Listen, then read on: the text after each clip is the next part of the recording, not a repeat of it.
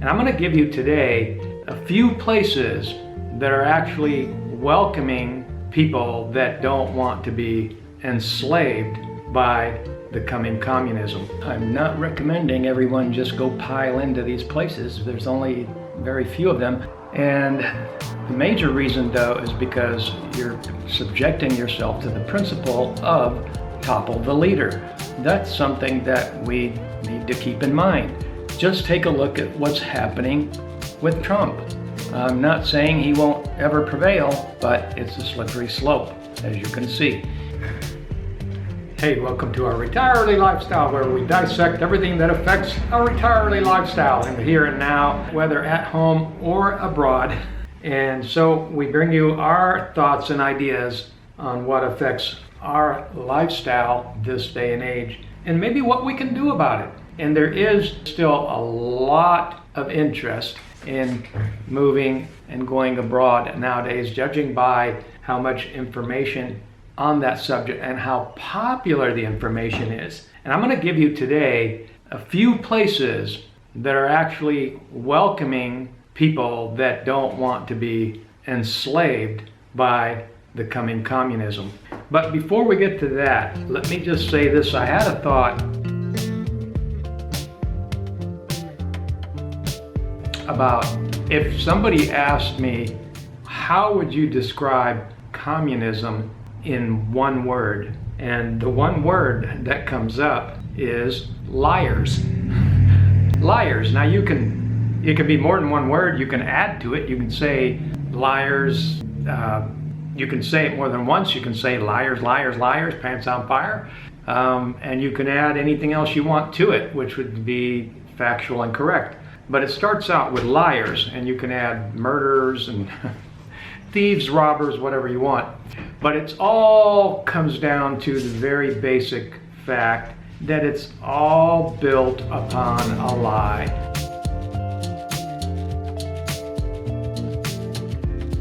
I was thinking earlier about 15-minute cities.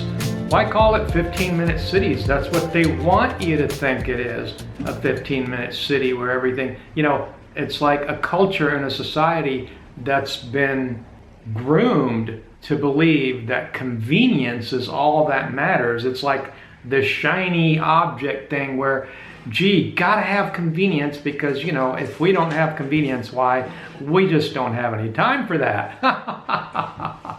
And so I got to thinking that it's actually 15-minute enslavement camp, or communist enslavement camp. Eventually, that's what it will become.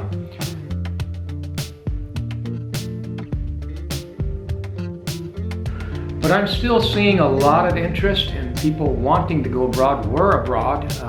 We're in Mexico at the moment. We said we were going to get to the couple of places that are actually welcoming people. There's very few places in the world that actually, and I dare say there are no places that aren't trying to in some way incrementally move their populations towards communist enslavement. There are even little things here and there that are happening in Mexico and different parts of Mexico. Like I read yesterday that somebody was told at the airport that they couldn't leave without a QR code. Now that's the silliest, dumbest thing I have ever heard, knowing that the Mexican Constitution guarantees the absolute freedom to move around within the country and to enter and exit Mexico and to travel in and out of Mexico and within Mexico. So that's the law. These other things, those are what we said earlier. They're lies. They're people telling you lies, and if you'll believe it and go along with it, then they have won. And so our job is to know the truth and hold them to their own laws. And their own laws allow us to not have any impediment to our ability to either leave or travel or move around or what have you. So that's the way it actually is written in the law, and people need to know that. And that's the law in Mexico. So we're not advocating breaking the law, we're advocating truth in law and truth and honesty in government. There are only a couple of places that really are trying to remain free in all this. And one of them was, we talked about El Salvador. They're asking people, they want people to go to El Salvador right now. This video wasn't about, here's a list of where you can go to be free. As you can see from what I'm trying to explain to people, is that no matter where we end up in the world, or even if we decide to go back home, we need to do our part to promote and encourage truth, honesty, and true freedom. And because if we don't do that, then the liars will keep pushing and they'll take over. So having said that, you've got some islands, Portuguese islands, Madeira. Madeira Islands. There's a name for the whole group of islands anyway. None of these places offer any guarantee, and I would say that they would be more appropriate for people within the same general location. For example, encourage somebody from halfway across the world, like say from Australia or New Zealand, to go move to Central America or to Mexico or something like that. We're not encouraging that this day and age. There's Madeira, the Portuguese islands, there's the El Salvador, Central America. There's some of these places have so many issues. I'm not promoting these places, but just to give you the names of some of these places. And even places like Croatia that has come out and made statements calling the WHO a terrorist organization, places like that. And then you've got Russia. A couple of years ago, I got an article that was saying, now we considered going to Russia, I should say first, years ago. We actually were considering going to Russia just because we had intimate insider knowledge of the state of affairs, if anything, out in the country, not necessarily in the big cities. And so that was something we considered. And then we found out how convoluted their residency process is, and it's almost like they really didn't want any foreigners. But it's the remnant of the old communist system, which by the way turned, and then you got this remnant system, old system, that still has all of these laws sitting around that makes things complicated that may or may not be enforced. But then a couple of years ago, I saw an article that said that they were actually actively encouraging people, or at least quote unquote conservative people, which I don't use terminology like conservative or liberal. It's just a political designation that doesn't really tell you anything about the person. I like to say communists and free people, and then honest people and liars. So I put it on the shelf and I put it aside. But recently I just saw that article coming up again. Well, it's a different article, but the same idea came up to the surface once again, and somebody is trying to put this together and actually make a community. Unfortunately, I've been following this idea of community for years, and what normally happens, this was also happening in Ecuador, there was people trying to establish community. What normally happens in these situations is somebody within that group is a real estate developer. And so what happens is it ends up being a real estate deal, a real estate development. There's people trying to do that in Mexico, so they're not really real communities. It doesn't have anything really holding it together. It's a developer that does the real estate deal. Once he's sold all his pieces of real estate, he's sold out, and he'll go to the next place and go do it, so it's just a business deal for him. And then the people that come together, it's just people that have bought property there. You don't know them, and you don't know what you have in common with them, if anything at all, in ideology or what have you. So these kinds of ideas have a tendency to kind of fizzle and not really hold together. And then I have intimate knowledge of individuals that are taking a different tact, and they're putting ideas together about relationships of people getting to know each other and building actual relationships, one-on-one relationships. And even if that's a smaller community, it's a stronger community, and and the community is more likely to survive when people actually get to know one another and choose to be friends based on common values and beliefs. And so the community thing came up again in Russia, and again I'm getting an insight that it's all about the real estate development again. And so when I see that, I lose interest because, as I said, I've seen several of them come and go, and they just always fizzle out.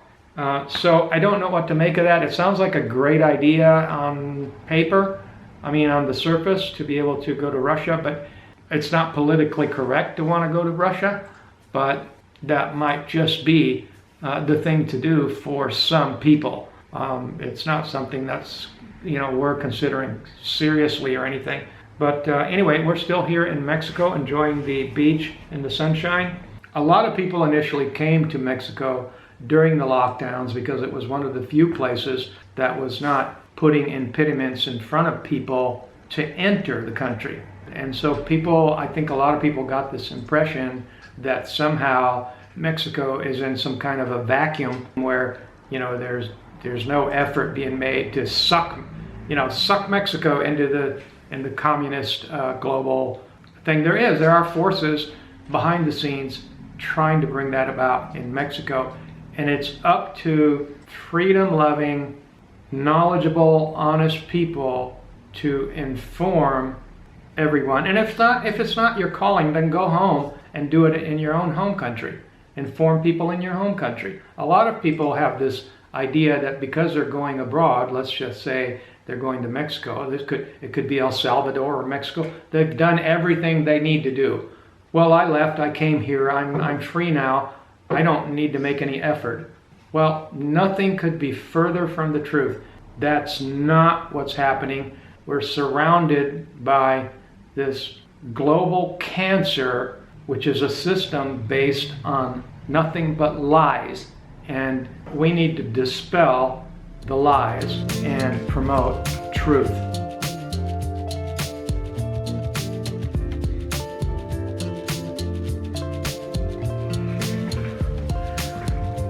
Now, that may not be the very best way to do things. I'm not recommending everyone just go pile into these places. There's only very few of them, and they happen to be very small places. And the major reason, though, is because you're subjecting yourself to the principle of topple the leader. That's something that we need to keep in mind. Just take a look at what's happening with Trump. I'm not saying he won't ever prevail, but it's a slippery slope, as you can see. So it's actually more sustainable and you have more longevity. I actually recommend and encourage people to accept and embrace the idea of being a local evangelist for truth and decentralization. That's actually the best strategy. Why? Because that way you get to go where you want. You don't have to go pile into the same few places on the globe that everybody else is piling into and turning it into a Monaco or Panama, and then only the very rich can afford to be there. Remember that everyone deserves an environment of liberty and freedom, not just the rich. Everyone includes the poor and the middle well-to-do and the moderately well-off. So all people should have an opportunity to dwell in an environment of liberty and freedom. And in this way, by embracing evangelism of localized decentralization and truth, you will also make a lot of connections. So it's not as complicated as it sounds. Send me an email if that sounds like something you might be interested in. Remember, that will allow you to have a lot more options on where to go, as opposed to just waiting for something to open up and getting the feeling that you have a guaranteed place of liberty like El Salvador or Madeira, whereas the actual reality is that these places are actually very susceptible to the possibility of topple the leader principle. All right. Moving on to the next whopper. I've seen this now over and over, where people within the gold community want to demonize Bitcoin.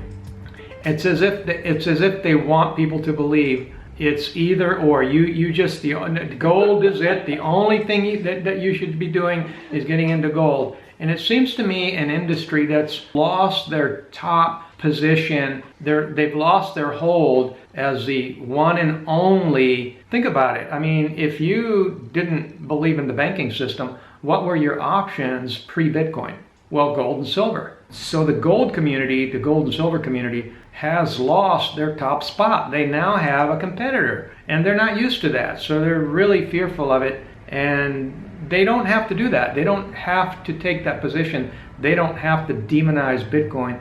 Gold, silver, and Bitcoin can exist side by side. People can use all of the above. There doesn't need to be any demonization of any of these assets. They all have their use one way or another, and each one fits better, to the comfort level of each individual for one reason or another. So I just hate seeing all of these gold sellers and gold and silver promoters that are saying things about Bitcoin that just aren't true, just because they're losing the top spot as the as the asset that people can run to in times of trouble, which, when you think about it, it never hurts to be diversified anyway. If one asset has got, gold and silver is really good for some things and not very good for other things, and Bitcoin's really good for some things and not as good for other things. So, all right, well, let me know in the comments what you think. I hope you enjoyed the video, and have a wonderful day.